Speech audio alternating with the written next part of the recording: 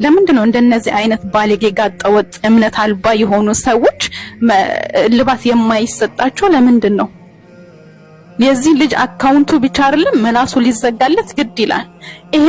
ይሄ ልጅ ያለበት አካባቢ ያላችሁ ሙስሊሞች አላችሁ እርግጠኛ ነኝ። ሄዳችሁ እሱን መዘየር አቅቷችሁ ነው? ሄዳችሁ እሱን ልክ ማስገባት አቅቷችሁ ነው? ወላሂ ነው የምላችሁ። ይሄንን ቪዲዮ አይታችሁ ሁላችሁም ዝም እንዳትሉ እኛ ሙስሊሞች በትንሹ እርምጃችን። መልካም የኔ ተወዳጆች አንድ ውለታ እንድትሉልኝ ይፈልጋለሁ። ጌታችን መድኃኒታችን ኢየሱስ ክርስቶስ በማቴዎስ ወንጌል ምዕራፍ 5 ቁጥር 44 እስከ 45 እንዲሁም ሐዋርያው ቅዱስ ጳውሎስ በሮሜ መልእክቱ ምዕራፍ 12 ቁጥር 14 ጀምሮ የተናገረው አለ። ለሚያሳድዷችሁ ጸልዩላችሁ፣ ለሚረግሟችሁ መርቋቸው ይላል። እችን እህታችንን ብንመርቃት ምን ይመስላችኋል? እንድገደል የሞት አዋጅ እያስነገረች ስለሆነ ክርስቶስ አስቀድሞ ምን ብሎ ነግሮናል? እኛ በዮሐንስ ወንጌል ምዕራፍ 16 ላይ ከቁጥር 1 እስከ 2 እንዳትሰናከሉ ተጠንቀቁ፣ ከምኵራብ ያወጧችኋል፣ የሚገድሏችሁም እንኳን ይመጣል። ያንን የሚያደርጉት እኔንና አብን ስላላወቁ ነው፣ እነሱ ደግሞ እግዚአብሔርን ያገለገሉ መስሏቸው ነው ይላል። እሷ አሁን ለአምላኳ ለምታመልከው በሀሳቧ ማለት ነው ለፈጠረችው አምላክ መሐመድ ለፈጠረላት እኔን አርዳ አላህን ልታስደስት እያሰበች እንዴት አንድ ወንድ ይጠፋል እፎይን የሚያርደልን እያለች ነው ማለት ነው። እኛ ግን አስቀድሞ ክርስቶስ ምን ብሎ ነግሮናል? እኔን የምትከተሉ ከሆነ ከምኵራብ ያወጧችኋል ይገድሏችኋልም ብሎ ነግሮናል። ለዚህም ነው ይህንን ሐዋርያው ቅዱስ ጳውሎስ በሮሜ መልእክቱ ምዕራፍ 8 ቁጥር 35 ጀምሮ ሲናገር ምን ይላል?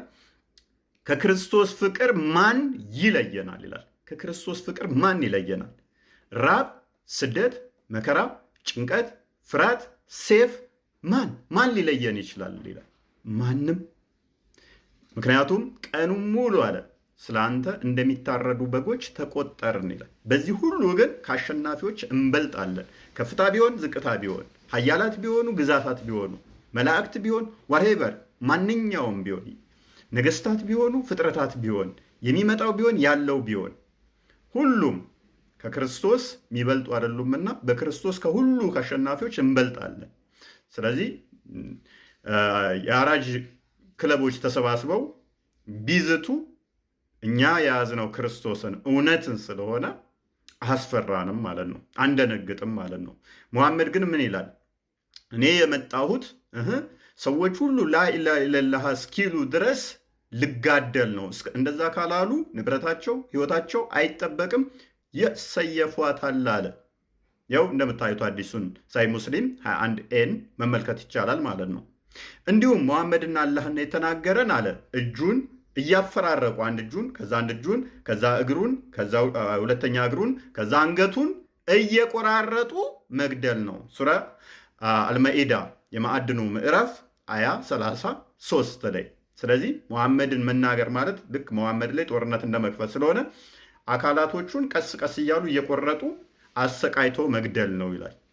እህታችን በዛ መሰረት ነው አሁን እኔ እንድገደል ለዚህ አይነት አዋጅ ያስነገረችው ማለት ነው። ኤኒዌይስ ግን ኡስታዞች ሸውልሸው እንደዚህ ነው እኛ አስተምሮ ያንተ አምላክ ኢየሱስ ለአንድ ሰዓት ያክል ከንፈር ስሟል፣ የትልቅ ሰውን ከንፈር።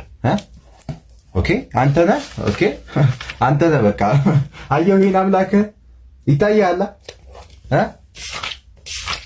አየህ ይሄን ሽማግሌ አየኸው? ይሄን ሽማግሌ ከዚህ ሰውዬ ጋር ገጽ 156 ላይ ከንፈር ለከንፈር ተሳስመዋል። ይህ ኡስታዝ አሁን ደጋግሞ ክርስቶስ የማኅበረ ጽዮንን ሳመው የሚል ደጋግሞ በየጊዜው ይሰራል ማለት ነው። ደጋግሞ ለዚህ ምን ላይ የሰራሁትን ትናንትና ዲዩት ያደረኩትን ቪዲዮ እዚህ ቪዲዮ ላይ ግቡና አዳምጡት። አጥጋቢ ምን ላይ ሰጠንበታል። ነብዩ የራሱ ነብይ የወንድ ብልት እንደሚጠባ አሳይተንበታል ማለት ነው። ዛሬ ግን እችን አዲስ ሰዓት ነብይህ የሰው ምላስ ይጠባል፣ የወንድ ልጅ ምላስ ይጠባል። ነብይህ የወንድ ልጅ ምላስ መጥባት ብቻ ሳይሆን የአባታችሁን ብልት እንድትነክሱ እንድትስሙ ነብይህ አዟል። ወንድ ሆኖ የወንድ ብልት እንዲያዝ ያዘዘ ነብይ ሙሐመድ ብቻ ነው። በገነት ውስጥ ደግሞ እንደ እስልምና ግብረ ሰዶም የተፈቀደ ነው። በገነት ውስጥ በእስልምና ገነት ውስጥ ግብረ ሰዶም የተፈቀደ ነው። ይቻላል፣ ሐላል ነው፣ ክልክል የለም። ስለዚህ ነብይህም ማን ሊያገባው ይችላል? ቻሌንጅ አደርጋለሁ። አንድ ጥቅስ ልታመጣልኝ አትችልም። በገነት ውስጥ እንደ እስልምና በቁርአን ላይ አንድም ቦታ ላይ በገነት ውስጥ ግብረ ሰዶም ክልክል ነው የሚል ሐዲስ ላይ ራሱ በግብረ ሰዶም በገነት ውስጥ ክልክል ነው የሚል የለም። ስለዚህ ነብያችሁ ማን ሊያገባው ይችላል? ነብያችሁ ወንድ ልጅ ብልት ይስማል፣ በገነት ውስጥ የእናንተን ይስማል አይስምም? እሱን ቻሌንጅ አደርጋለሁ። ታመጣልኛለህ ወይ? ዲቤት በዚሁ ጠራሃለኝ። ግብረ ሰዶም ይቻላል አይቻልም በገነት ውስጥ? እንደገና ደግሞ ነብይህ እንደዚህ አይነት ነገሮች ያደርጋል አያደርግም? እኛ ጋር የምታነሳውን ታነሳለህ፣ ዲቤት ታደርገኛለህ። ፍላጎቱ ካለ ዲቤት አድርገኝ ማለት ነው። በተረፈ ይሄ ነው። ሳነኩን አልነካናችሁም።